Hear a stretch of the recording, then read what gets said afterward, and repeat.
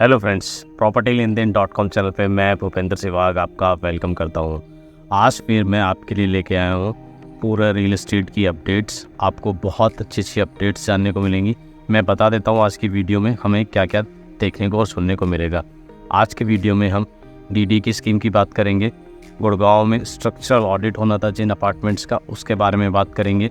इसके साथ साथ हम बात करेंगे जो इलीगल कंस्ट्रक्शन गुड़गांव में रेजिडेंशियल एरिया में की हुई हैं, कमर्शियल एक्टिविटी की हुई है, उसके बारे में बात करेंगे।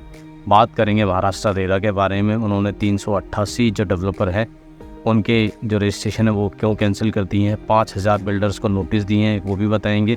रणबीर कपूर ने कहाँ पे अपना अपार्टमेंट रेंट पे दिया और कितना रेंट मिलता है वो भी आपको बताएंगे। इसके अलावा बहुत सारी अपडेट है हमारे पास, तो आपको क्या करना है, आपको वीडियो लास्ट तक देखना है। हो सकता है कोई भी जो अपडेट है वो आपके काम की हो सकती है।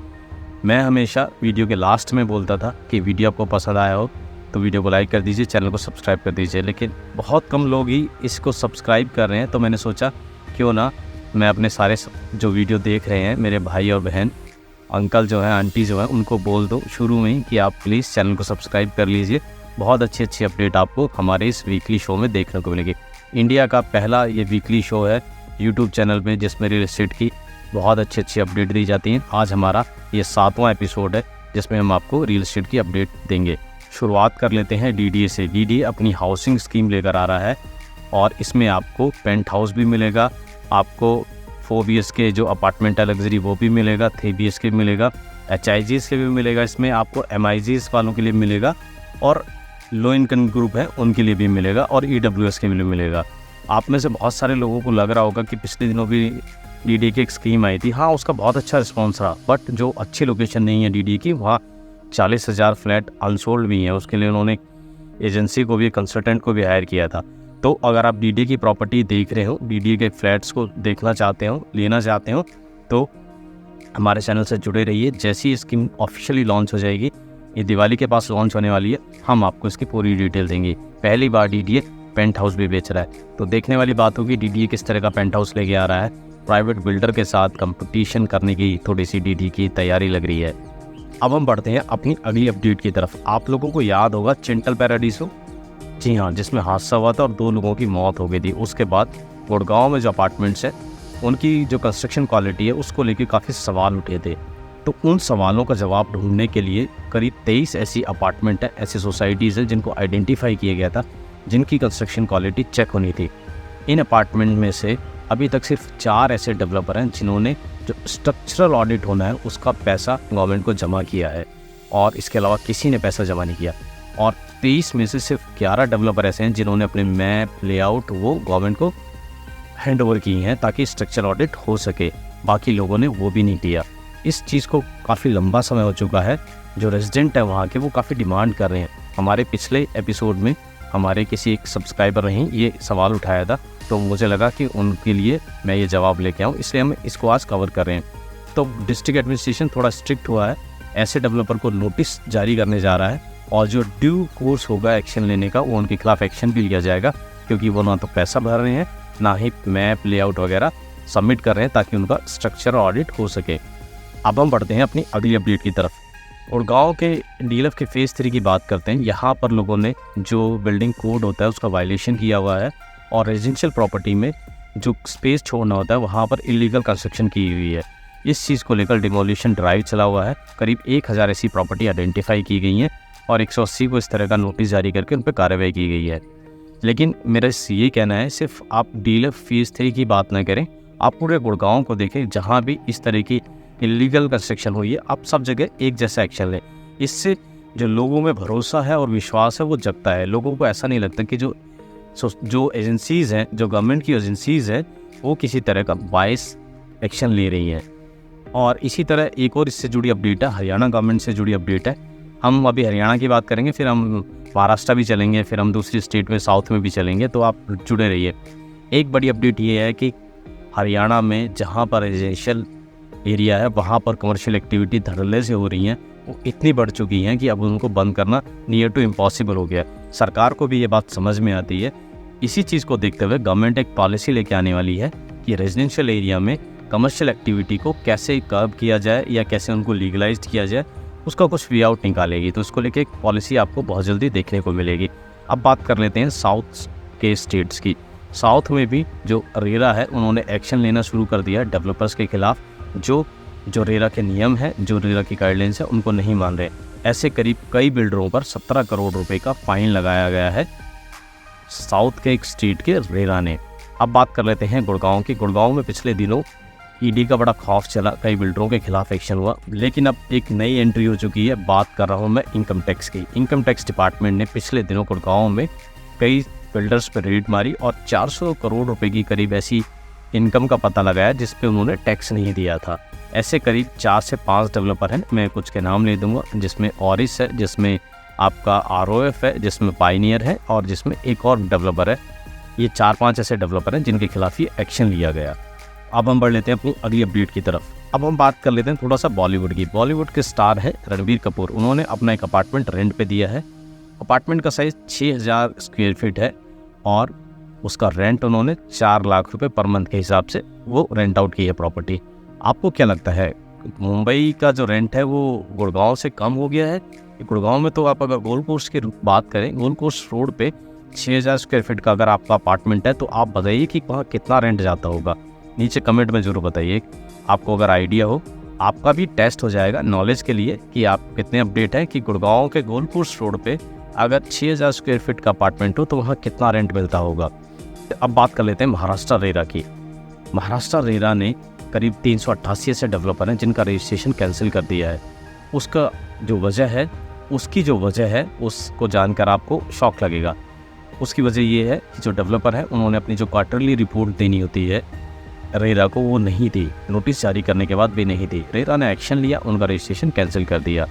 तो हम उम्मीद करते हैं कि हमारे NCR में भी डेवलपर क्वार्टरली रिपोर्ट जरूर दे रहे होंगे रेरा अथॉरिटीज़ को। अगर नहीं दे रहे होंगे तो इस तरह का एक्शन अगर होगा तो बहुत अच्छा लगेगा लोगों को लगेगा, लोगों को भरोसा जगेगा, लोगों का विश्वास जगेगा रेरा अथॉरिटीज़ में कि हाँ, अगर कुछ गलत करते हैं डेवलपर तो बायर्स के राइट को प्रोटेक्ट कर रहा है रेरा अथॉरिटी। आप में से कितने लोगों को लगता है रेरा अथॉरिटीज़ के आने के बाद जो रियल एस्टेट है उसमें सुधार आया है?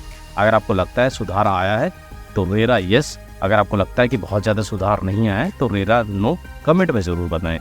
आपका कमेंट आएगा तो मुझे लगेगा कि हाँ, आपको वीडियो पसंद आ रही है, मेरी जो अपडेट है रियल एस्टेट को लेकर उसको आप समझ रहे हैं। साथ के साथ एक आपकी और मेरा एक इंटरेक्शन भी चलता रहेगा। साथ के साथ जो मैं बता रहा हूँ उससे आप लगातार जुड़े रहेंगे। ये मेरी कोशिश है बस कमेंट आपसे करने की। और हाँ, वीडियो पसंद आ रहा है तो वीडियो को लाइक ज़रूर कर दें। अब हम बढ़ लेते हैं अपनी अगली अपडेट की तरफ। ये भी महाराष्ट्र रेरा से जुड़ी है। महाराष्ट्र रेरा ने करीब 5000 डेवलपर्स को नोटिस इशू किया है, क्योंकि ये वो डेवलपर्स हैं जो टाइमली अपनी जो कंस्ट्रक्शन है, जो पोजीशन देना था वो देने में नाकाम रहे हैं। ऐसे पूरे महाराष्ट्र में ऐसे 5000 डेवलपर्स हैं जिनको ये नोटिस जारी किया गया है। तो बहुत बड़ी कार्रवाई है। अगर इस तरह का काम हमारे नॉर्थ इंडिया में भी होता है तो लोगों को अच्छा लगेगा कि जो डिफ़ॉल्ट बिल्डर है उनके खिलाफ एक्शन होता है। इसके अलावा अगली अपडेट जो है वो भी महाराष्ट्र रेरा से जुड़ी है। महाराष्ट्र रेरा इतनी अच्छी अपडेट देता है तो मुझे ना चाहते हुए बहुत सारी उसकी जो अपडेट होती हैं वो आपके सामने लानी पड़ती हैं। महाराष्ट्र रेरा एक ऐसा एक्ट लेके आने वाला है जो क्वालिटी चेक करेगा डेवलपर्स की। डेवलपर जो प्रोजेक्ट लॉन्च करते हैं, जिस टाइम वो लॉन्च करते हैं प्रोजेक्ट, आपको बताते हैं इस तरह की क्वालिटी होगी, इस तरह की कंस्ट्रक्शन क्वालिटी होगी।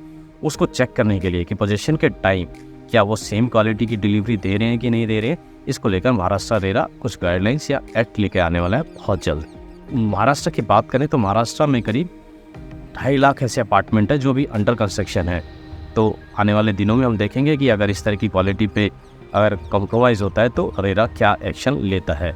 अब हम बढ़ लेते हैं अपनी अगली अपडेट की तरफ। अगली अपडेट जुड़ी हुई है द्वारका एक्सप्रेस से। आपने नाम सुना होगा, झज्जर में बाड़सा एक जगह है। बाड़सा एक गाँव है जहाँ पर एम्स बनाया गया है। एम्स से डायरेक्ट कनेक्टिविटी द्वारका एक्सप्रेस को देने के लिए एक स्टेट हाईवे जो है, जो स्टेट गवर्नमेंट है वो एक हाईवे बनाने जा रही है। 9 किलोमीटर का स्ट्रेच होगा जिससे झज्जर जो बाड़सा एरिया है वहाँ से डायरेक्ट आपको कनेक्टिविटी मिल जाएगी द्वारका एक्सप्रेसवे की। और द्वारका एक्सप्रेसवे पे आपको ये कनेक्टिविटी मिलेगी 102 सेक्टर के पास। 102 सेक्टर के पास आप पहुँचेंगे द्वारका एक्सप्रेसवे से, वहाँ से आपको 10 से 15 मिनट लगेंगे एयरपोर्ट पहुँचने में। इस रोड के बनने से कहाँ के रियल एस्टेट में कब किस तरह का बूम आएगा उसकी जानकारी हम आपको आगे जब वीडियो लेके आएंगे उसमें बताएंगे। ये रोड बनने से किसको फ़ायदा होने जा रहा है और सबसे ज़्यादा फ़ायदा किसको होगा। जब फ़ायदे की बात हो रही है तो मुझे लगता है कि आपके फ़ायदे की बात कर लेनी चाहिए। पिछले 1-2 साल से जब से रियल इस्टेट सेक्टर में बूम आया है, जो रियल इस्टेट सेक्टर के बड़े बड़े वोगल्स हैं, बात करूँगा मैं लोधा की, बात करूँगा मैं ओबरॉय की, बात करूँगा मैं डीएलएफ की। अब मेरा आपसे सवाल है, उनकी जो वेल्थ है 10x पता नहीं कितने फोल्ड बढ़ गई है, एग्जैक्ट डेटा मुझे भी याद नहीं है। तो जो नीचे के हम जैसे लोग हैं, आप जैसे लोग हैं, जो इन्वेस्टर हैं या जो एंड यूज़र है, रियल इस्टेट की मार्केट में बूम आने से आपको कितना फ़ायदा हुआ है। जिन लोगों को फ़ायदा हुआ है, जिनकी कुछ वेल्थ क्रिएशन हुई है, वो नीचे वेल्थ लिख दें, मुझे आइडिया लग जाएगा कि हाँ, रियल इस्टेट में बूम आने से सिर्फ ऊपर वालों को फ़ायदा नहीं हुआ, जो नीचे वाले लोग हैं उनको भी फ़ायदा हुआ है। तो रियल इस्टेट की इस तरह की ग्रोथ अगर लगातार चलती रहे तो सिर्फ ना ऊपर वाले कमाएंगे बल्कि नीचे वाले भी कमाएंगे, उनकी भी वेल्थ क्रिएशन होगी। तो ये अपडेट है, अभी अपडेट खत्म नहीं हुई है, अभी और बहुत सारी अपडेट हैं, इसलिए जुड़े रहिए वीडियो से, बीच में मत जाइएगा। वीडियो लंबी होगी बट आपको बहुत अच्छी अपडेट मिलेंगी। एक डेवलपर की बात करूँगा मैं, गुड़गांव में है। जब उन्होंने प्रोजेक्ट लॉन्च किया था तब उन्होंने ये बताया था कि वो STILT+4 लेके आने वाले हैं, बट अब जो ऑफिशियली वो प्रोजेक्ट लॉन्च होने जा रहा है तो STILT+3 का वो लेके आ रहे हैं, क्योंकि जब उन्होंने प्रोजेक्ट लॉन्च करा था, सॉफ्ट लॉन्च करा था, तब गुड़गांव नहीं हरियाणा में, मैं गुड़गांव कहता, STILT+4 पर बैन लग चुका था। वो कौन सा डेवलपर है नीचे कमेंट करके बताएं, आपका IQ टेस्ट हो जाएगा कि आपको कितना रियल एस्टेट की जानकारी है।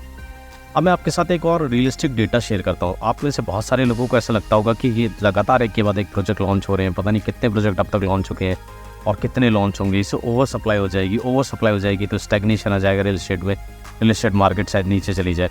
तो एक रियल डेटा आपके साथ शेयर करता हूँ। इंडिया की टॉप 7 सिटीज़ हैं, जिन टॉप 7 सिटीज़ को लेकर रियल एस्टेट की ग्रोथ की स्टोरी का पता लगाते हैं, वहीं को लेकर रिपोर्ट बनती है इन 7 सिटीज़ की। तो 2023 में मिड जुलाई तक, आधे साल को कंप्लीट होने पर, करीब 2.5 लाख यूनिट लॉन्च हुई हैं इन टॉप 7 सिटीज़ में।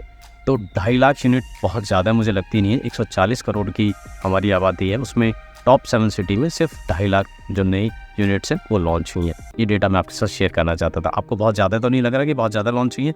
जिनको लग रहा है कि बहुत ज़्यादा है, ये वो नीचे लिख दीजिए एक्सेस, इससे पता लग जाएगा कि हाँ, आपको ये भी ज़्यादा लग रहा है डेटा। अब बात कर लेते हैं M3M की। जी हाँ, M3M के जो डेवलपर्स हैं, जो प्रमोटर्स हैं, वो इस टाइम जेल में बंद है। मनी लॉन्ड्रिंग का उनके ऊपर आरोप है और उनकी सुनवाई होनी थी 21 सितंबर को। उस सुनवाई की जो डेट है वो पोस्टपोन हो गई है। उस पर कुछ अपडेट अभी तक इस तरह का नहीं आया है। जैसा कि हमने आपसे पिछले वीडियो में प्रॉमिस किया था कि कोई भी अपडेट आएगी हम आपको बता देंगे, तो अभी उस पर कोई अपडेट आई नहीं है। जैसे कोई अपडेट आएगी हम आपको बता देंगे। ईडी से जुड़ी एक और अपडेट आपको मैं दे देता हूँ। ईडी ने अरेस्ट किया हुआ है सुपरटेक के जो प्रमोटर्स हैं, जो डायरेक्टर हैं, अरोड़ा है मिस्टर, वो उनको मनी लॉन्ड्रिंग का उनके ऊपर चार्जेस हैं। तो उन्होंने हाई कोर्ट में ये पिटीशन दी थी कि मुझे इलीगल अरेस्ट किया हुआ है ईडी ने, उनके पास इस तरह के कोई सबूत नहीं है, तो मुझे रिलीज़ किया जाए। अब हाई कोर्ट में इस पिटीशन पे जब सुनवाई हुई तो हाई कोर्ट ने उसकी जो पिटीशन थी, उनकी जो पिटीशन थी, उसको रद्द कर दिया, उसको कैंसिल कर दिया। उन्होंने कहा कि नहीं, ईडी ने आपको सही अरेस्ट किया हुआ है। तो उनकी जो ये कोशिश थी कि जेल से बाहर आ जाए, तो वो बाहर नहीं आ रहे। सुपरटेक बहुत बड़ा नाम था, आप लोगों को याद होगा, अभी भी याद ही होगा। पिछले साल उनके जो इलीगल बनाए गए थे बहुत बड़े, जो बहुत दिल्ली के और NCR के साथ सबसे ऊंचे टावर थे, ट्विन टावर्स, वो गिराए गए थे। सुपरटेक अब तक करीब 80,000 डिलीवरी दे चुका है। 80,000 मीन्स 80,000 वो आपको लोगों को घर प्रोवाइड करा चुका है। 20,000 जो उनके अलग अलग प्रोजेक्ट्स में यूनिट्स हैं, वो अभी अंडर कंस्ट्रक्शन है, उनकी पोजीशन देनी है। उन्होंने ये भी पिटीशन में कहा था कि हम अगर जेल में बंद रहे तो हमारी जो ग्रुप है, हमारा जो प्रोजेक्ट्स हैं, वो सारे चले जाएंगे। 20,000 लोगों को घर स्टेक पे लगे हुए हैं, बट कोर्ट ने उस चीज़ को, उस दलील को नहीं माना, वो अभी जेल में रहेंगे। जब हम बात कर रहे हैं ट्विन टावर्स की, जिनको इलीगल बनाया गया था, नोएडा में जिनको किराया गया था, तो दिल्ली में भी एक ऐसा अपार्टमेंट है जिसको वो किराया जाना है। मैं बात कर रहा हूँ सिग्नेचर व्यू अपार्टमेंट की। ये सिग्नेचर वो सिग्नेचर नहीं है जो एक प्राइवेट डेवलपर है, ये सिग्नेचर व्यू अपार्टमेंट बनाया था DDA ने। जी हाँ, तिमारपुर में इसको बनाया था, दिल्ली में यूनिवर्सिटी के पास ये जगह पड़ती है, वहाँ पर 2010 में ये प्रोजेक्ट शुरू हुआ था और 2012 में इसमें अलॉटमेंट मिलनी शुरू हुई थी और 2022-23 चल रहा है, यानी 10 साल 11 साल में इस अपार्टमेंट में जो फ्लैट्स बने हैं उनकी हालत ऐसी हो गई है कि छत गिरने लगी है। और IIT दिल्ली ने इस पर ऑडिट किया और ऑडिट करके इसको पाया कि ये रहने लायक नहीं है, इसको जल्दी से जल्दी खाली किया जाए। तो सिर्फ प्राइवेट डेवलपर ही इस तरह की ख़राब प्रॉपर्टी नहीं बनाते हैं, बल्कि सरकारी एजेंसी भी इस तरह की ख़राब प्रॉपर्टी बनाने के लिए कुख्यात है। आपके सामने एग्जांपल है, सिर्फ 10 साल, जिसकी जो एज है प्रॉपर्टी की करीब 30 साल 40 साल 50 साल होनी चाहिए, वो 10 साल में जर्जर हो गई और 10 साल में गिराई जा रही है। 350 लोगों के सामने बड़ी विकट समस्या खड़ी हो गई है, बड़ी प्रॉब्लम आ गई कि वो कहाँ जाए। किसी ने लोन पे वो घर लिया था, किसी ने अपनी दूसरी प्रॉपर्टी बेच के वो घर लिया था, अब उनके पास कोई ऑप्शन ही नहीं बचा है। अब गवर्नमेंट की अलग अलग एजेंसीज़ के बीच में रस्साकसी चल रही है कि इसको डिमोलिश करके दोबारा बनाया जाए, इतने वो लोग जहाँ रहेंगे उसको रेंट कौन देगा। इस पर जो भी होगा, इस तरह का अपडेट होगा, हम आपके साथ शेयर कर देंगे। तो आपको ध्यान रखना है, प्रॉपर्टी खरीदते हुए कई बार सस्ते के चक्कर में आप गलत प्रॉपर्टी ना खरीद लें। इससे जुड़ा मैं आपके साथ एक बहुत अच्छा एक्सपीरियंस शेयर करना चाहता हूँ। करीब 3 महीने पहले की बात हो गई है। गुड़गांव में जब प्रॉपर्टी के प्राइस बहुत तेज़ी से बढ़ रहे थे, 1 करोड़ 1 करोड़ 10 लाख 90 लाख, इसमें कोई प्रॉपर्टी नहीं मिल रही थी, खासतौर पर हाई राइज इस तरह का कोई अपार्टमेंट नहीं मिल रहा था। तो मैंने क्या किया, मैंने गुड़गांव में घूमना शुरू किया, गुड़गांव में देखना शुरू किया कि मैं जाके कुछ इस तरह की प्रॉपर्टी निकालूँ। जब वो प्रॉपर्टी मैंने देखी तो वो प्राइस में तो फिट बैठ रही थी, 1 करोड़ 1.25 करोड़ 90 लाख में, बट उनकी जो कंस्ट्रक्शन थी वो देखते ही ऐसे लग रहा था कि ये 10 साल से ज़्यादा इनकी एज नहीं है। सीपेज उसमें भरा हुआ था, बिल्कुल कोई किसी तरह का उसमें कंस्ट्रक्शन क्वालिटी बिल्कुल पुअर थी, एमिनिटीज़ के नाम पे कुछ नहीं था। तो अगर आप सस्ते के चक्कर में इस तरह के अपार्टमेंट में जाने का बिल्कुल डिसीजन लें, इससे अच्छा आप रेंट पे रह लें। जब भी आप कोई प्रॉपर्टी लें तो सुकून से ऐसी प्रॉपर्टी लें जिसको लेकर आपको सुकून मिले, जिसमें 20 साल 25 साल 15 साल 20 साल कोई दिक्कत ना आए। तो इस चीज़ का आप ध्यान रखें।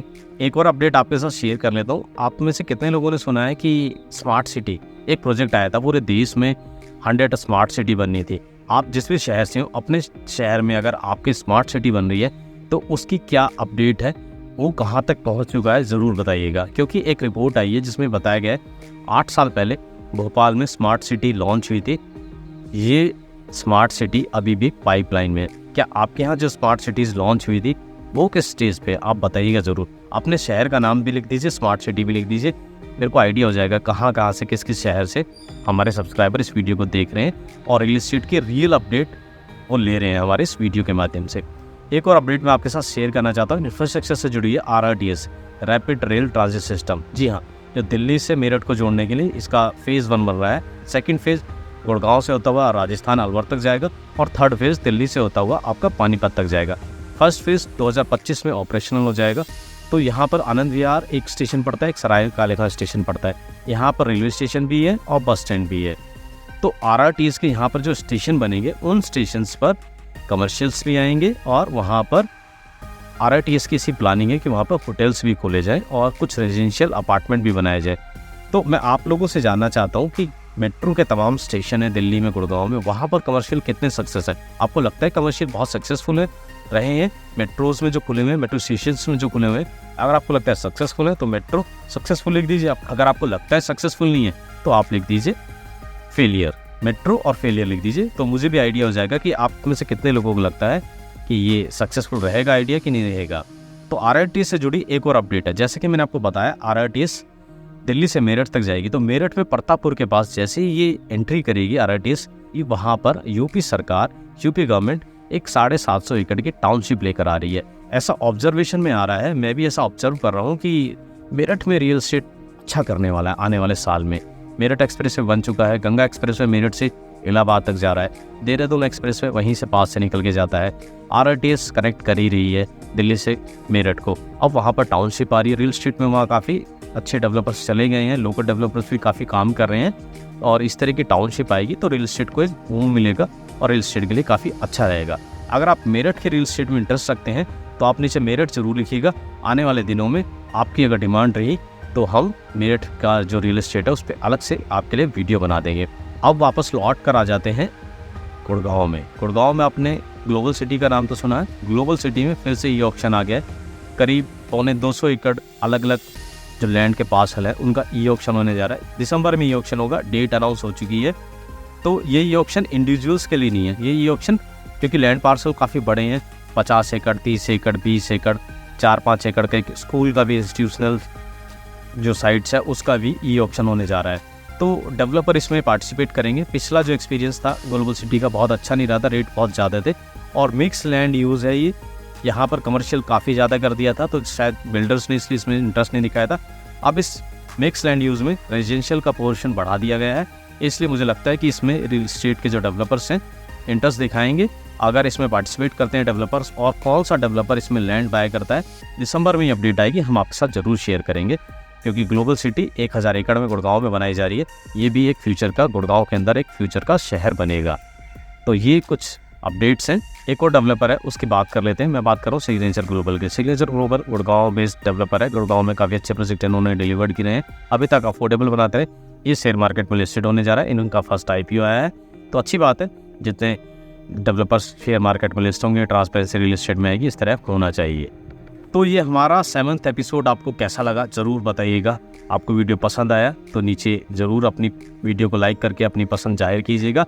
और फिर से मैं आपसे रिक्वेस्ट करता हूँ, चैनल पे पहली बार आए तो प्लीज़ इस चैनल को सब्सक्राइब करें, ज़्यादा से ज़्यादा लोगों को इस वीडियो को शेयर करें, क्योंकि ज़्यादा से ज़्यादा लोगों तक रियल एस्टेट की इन्फॉर्मेशन पहुँचेगी, अपडेट पहुँचेगी, तो वो उसका फ़ायदा उठा पाएंगे।